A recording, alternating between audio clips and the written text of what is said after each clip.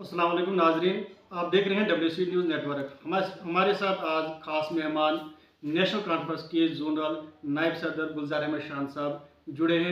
इनके साथ हम आज बात करेंगे गुज़श्ता रोज़ 2 रोज़ कबल जो 13 जुलाई था यौम शुहदा के मौका पर, उसके अलावा गूल की तामीर व तरक्की से मुताल्लिक़ भी हम इनके साथ बात करेंगे। सबसे पहले अपना आप तारुफ दीजिए गुलजार साहब। मैं गुलजार अहमद शान जोनल नायब सदर नेशनल कॉन्फ्रेंस गूल से। इसमें मैं ये कहना चाहता हूँ कि कल आप सभी साथियों ने, हमने भी सोशल मीडिया के ज़रिए से जो श्रीनगर के अंदर जो देखा कि हमारे कायद जनाब उमर अब्दुल्ला साहब के साथ जो वाक़ा पेश आया, हालांकि कदीम वक़्त से साल से 13 जुलाई के शहीदों को नजराना अकीदत पेश किया जाता रहा। उनके लिए उनके मज़ार पे फूल बरसाए गए, लेकिन बदकिस्मती से ये नज़र आ रहा है कि आज की डेट में जहाँ पूरे हिंदुस्तान में जमहूरियत का डंडोरा पीटा जा रहा है, वहाँ जम्मू कश्मीर के अंदर एक अवामी नुमाइंदा, एक अवाम का चुना हुआ वज़ीर आला, उसके साथ एक इस तरह का व्यवहार करना, ये बड़ा काबिल अफसोस है और हम इसकी पुरजोर मजम्मत करते हैं। और अपनी तरफ से हम यहाँ की अवाम के अंदर भी एक गम गुस्सा है इस बात को लेकर, क्योंकि अवाम ही असल हुक्मरानी का सरचश्मा है और जो कुछ वो कर रहे हैं वो अवाम की नुमाइंदगी कर रहे हैं। अवाम की जो लोगों की ख्वाहिशात हैं, जो लोगों के जज्बात हैं, उनकी अक्कासी कर रहे हैं और उन लोगों के जज्बात और लोगों के जो एहसासात हैं उनको कुचलने की जो कोशिश की जा रही है वो काबिल तरदीद है और काबिल मजम्मत है और काबिल अफसोस है। इसका हमें बड़ा सदमा है और हम इसकी मजम्मत करते हैं। देखिए, 13 जुलाई 1931 में ये वाक़ा पेश आया है वादी कश्मीर के श्रीनगर डाउनटाउन इलाके में, तो जिसमें कम व बेश जो है 22 जो है वो शहीद हुए हैं। और अगर मोरख का कहेंगे तो मोरखीन का यही कहना है कि अजान के दौरान ये इनको शहीद कर दिया गया है। उसके बाद आज तक ये जो है यौम शुहदा 13 जुलाई जो ये मनाया जाता था और कब्रिस्तान पर जाकर हर 13 जुलाई को गुलबारी की जाती थी। लेकिन 2019 के बाद कुछ यहाँ पर जो है, जहाँ दफ़ा 370 के हटने के बाद इसको यूटी में तब्दील किया गया, उसके बाद वहाँ पर जो गुलबारी की जाती थी, शुहदा को खराज अक़ीदत पेश किया जाता था, उसको भी सरकार ने बंद कर दिया और 13 जुलाई की छुट्टी को भी बंद कर दिया। अगरचे गुज़श्ता 2 रोज़ कबल वादी कश्मीर के लीडरान ने हुकूमत से मुतालबा किया था कि 13 जुलाई को वहाँ पर खराजी अक़ीदत पेश करने की इजाज़त दी जाएगी और उस दिन छुट्टी का भी ऐलान कर दिया जाएगा सरकारी तौर पर। लेकिन ऐसा नहीं है, बल्कि पूरे श्रीनगर शहर को नाकाबंदी करके वहाँ पर जाने से रोक दिया। गुलजार साहब, इस दौरान उमर अब्दुल्ला साहब 14 जुलाई को वहाँ पर गए और उन्होंने कहा कि हमारे लिए शुहदा को खराजी अक़ीदत करने के लिए कोई मखसूस दिन नहीं, हम किसी वक्त भी और किसी टाइम भी हम इनको खराजी अक़ीदत पेश करेंगे। लेकिन इस दौरान वहाँ पर एक ऐसा वाक़ा पेश आया कि एक वज़ीर आला जो है उसको पुलिस ने धक्का मुक्का करके उसको अंदर जाने की इजाज़त नहीं दी और वो दीवार फलांग कर अंदर गए। तो आप क्या कहना चाहते हैं इस बात में? आम लोगों के साथ किस तरह का व्यवहार किया जाता होगा? देखिए, मैंने पहले अर्ज़ किया कि ये बड़ी बदकिस्मती की बात है कि एक चुनी हुई सरकार, अवाम की सरकार, लोगों की सरकार और लोगों के नुमाइंदे, इसका मतलब ये नहीं है कि उमर अब्दुल्ला साहब को धक्के हुए, इसका मतलब ये है कि रियासत जम्मू कश्मीर के लोगों के दिलों को कुचला, उनके एहसासात का कत्ल किया गया, उनको ज़द-ओ-कोब किया गया। इसकी हमें भी और पूरी अवाम इस पर नाला है, नाराज़ है, दुखी है। और अफसोस की बात यह है कि जमहूरियत का जनाजा है। भाई, अगर हमारा आईन कहता है, हिंदुस्तान का आईन कहता है कि हिंदुस्तान में सुप्रीमेसी ऑफ लेजिस्लेचर, कॉन्स्टिट्यूशन कहता है, कहाँ है सुप्रीमेसी ऑफ लेजिस्लेचर? लोगों के चुने हुए नुमाइंदों को अगर आप धक्का मुक्का करते हैं तो फिर सुप्रीमेसी ऑफ लेजिस्लेचर कहाँ रहती, कहाँ वो रहा आपका आइन, वो कानून कहाँ रहा, वो आइन कहाँ रहा। उस आइन की धज्जियाँ जो हैं वो इस वक्त सेंट्रल गवर्नमेंट जो है जम्मू कश्मीर में एलजी के जरिए जो है के जरिए से निकाल रही है।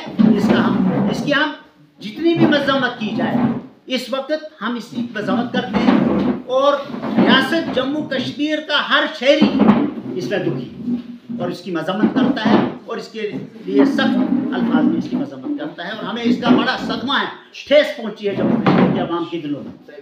देखिए, उसके बाद हम यहाँ की तामीर व तरक्की के पर हम बात करेंगे। सब गोल के लिए गुज़श्ता 2 रोज से सोशल मीडिया पर ये चाह रहे कि यहाँ पर 2 हाइड्रो पावर प्रोजेक्ट दिए गए, तो इससे मतलब आप क्या कहना चाहते हैं? और भी हम दूसरे तामीर व तरक्की पर बात करेंगे। देखिए, इसमें मैं ये अर्ज़ करना चाहता हूँ कि काफ़ी देरी ना मांग थी हमारे लोगों की कि भाई यहाँ हमारे यहाँ भीमदासा एरिया में एक जगह खराबा जो है वहाँ पे सोर्स था इसका, काफ़ी देर से लोगों की ख्वाहिश थी और हम यहाँ की आवाम की तरफ से जनाब उमर अब्दुल्ला साहब का और अपने यहाँ के जो नुमाइंदे हैं, जो हमारे MLA honourable MLA Sajad Shaheen साहब का और यहाँ की हमारी जो एक मेहनतकश चेयरपर्सन है इस वक्त डॉक्टर शमशादा शान जी, जो रात दिन मेहनत कर रही हैं लोगों की काम करने के लिए, उनकी मेहनत ने आज ये दिन यहाँ के लोगों को दिया कि आज उमर साहब की क़यादत में, उनकी रहनुमाई में और हमारे यहाँ के मकामी लीडरान की, इन दोनों एमएलए साहब भी और डॉक्टर शमशादा शान साहिबा की मेहनत और काविशों की वजह से जो हमारे ये 2 प्रोजेक्ट जो मिले हैं मिनी हाइड्रो प्रोजेक्ट, एक खरावा भीमदासा में है और एक ततापानी संगदान के में है। इसके लिए हम उनका बहुत तहे दिल से शुक्रिया अदा करते हैं और उनको मुबारकबाद देते हैं। इससे ये चीज़ जाहिर होती है। देखें, जब भी नेशनल कॉन्फ्रेंस की सरकार जम्मू कश्मीर में आई, तब शेर कश्मीर से लेकर के फारूक साहब की हुकूमत से लेकर के उमर साहब की हुकूमत तक उनकी ज़ाती हमदर्दी, ज़ाती मोहब्बत यहाँ की आवाम के साथ है और वह यहाँ के मसाइल को हल करना चाहते हैं, दिली हमदर्दी से हल करना चाहते हैं। लेकिन अफसोस है आज के ये 19 अगस्त के बाद जो हालात जम्मू कश्मीर के बने हैं, तरह तरह से रुकावटें डाली जा रही हैं, तरह तरह से हुकूमत को परेशान किया जा रहा है कि भाई रोका जा रहा है काम से। लेकिन फिर भी मैं सल्यूट करता हूँ अपने वज़ीर आला को, जिन्होंने बड़ी जुर्मदाना तरीके से जो मुकाबला कर रहे हैं और काम कर रहे हैं और अपने चुने हुए नुमाइंदे इस वक्त जो हमारे हाजी सजाद शाहीन साहब हैं, वो भी मेहनत से और हमदर्दी से, ये नहीं है कि सिर्फ ज़बानी जमा खर्च के लिए, बल्कि रात दिन वो भी मेहनत करके आप देख रहे हैं। यहाँ लोकल हमारी डॉक्टर शमशादा शान साहिबा जो पिछले 4 साल से काम कर रही है एज डीडीसी चेयरपर्सन, मेहनत से काम कर रही है, लोगों के भलाई के लिए काम कर रही है। बहुत सारे प्रोजेक्टों पे उनका काम, जो पीछे उन्होंने प्रोजेक्ट बनाए, रोड उनके बनाए, उन पे भी काम चल रहा है और इसमें भी उनका बहुत बड़ा रोल है।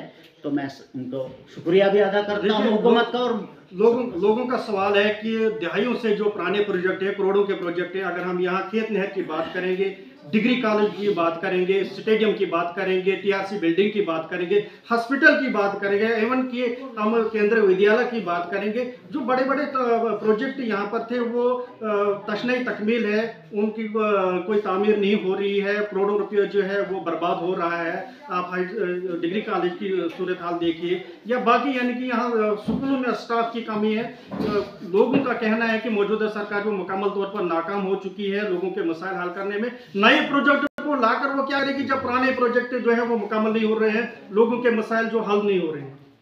देखिए जाहिद साहब, इसमें मैं ये कहना चाहता हूँ कि अगर कुछ लोग ये बात कहते हैं, नहीं कुछ लोग नहीं, आपके सामने है, डिग्री कॉलेज आपके सामने है, हायर सेकेंडरी आपके सामने है, इसको क्या कहते हैं गर्ल्स हाई स्कूल आपके सामने है, केंद्रीय विद्यालय आपके, यानी कि ये सब कुछ आपकी नजरों तले और आप बखूबी इस पर वाकिफ है। तो आप क्या कहना चाहते हैं? जहाँ तक आप डिग्री कॉलेज दूर की बात कर रहे हैं, मेरी कल नहीं परसों इस पर तफसीलन एमएलए साहब से बात हुई कि, और उन्होंने कहा कि 2-3 दिन पहले श्रीनगर में हमारी मीटिंग हुई है ऑनरेबल मिनिस्टर साहब से और कमिश्नर साहब से और डिग्री ये जो कॉलेजेस का डायरेक्टर साहब हैं, वहाँ पे कुछ ठेकेदार साहब की कुछ पुरानी लाइबिलिटी थी, 50-60 लाख रुपए जो है ठेकेदार की पुरानी लाइबिलिटी। उसको क्लियर करने के लिए उन्होंने आश्वासन दिया है कि हम जल्दी ही उसका फंड रिलीज़ कर दें। और मुझे उम्मीद है, उन्होंने यकीन दहानी कराई है कि बहुत जल्द जो है उसका काम दोबारा से शुरू होगा। और वहाँ की जो चारदीवारी का काम था वो भी आज बंद है, तो इसलिए वो सारा काम जो है उन्होंने पूरा यकीन दिलाया है। और मैं ये यहाँ आपकी वसातत से ये कहना चाहता हूँ कि ऐसा नहीं है कि उन्होंने कोई मसला यहाँ का भूला हुआ है, बल्कि वो इसमें रात दिन काम कर रहे हैं।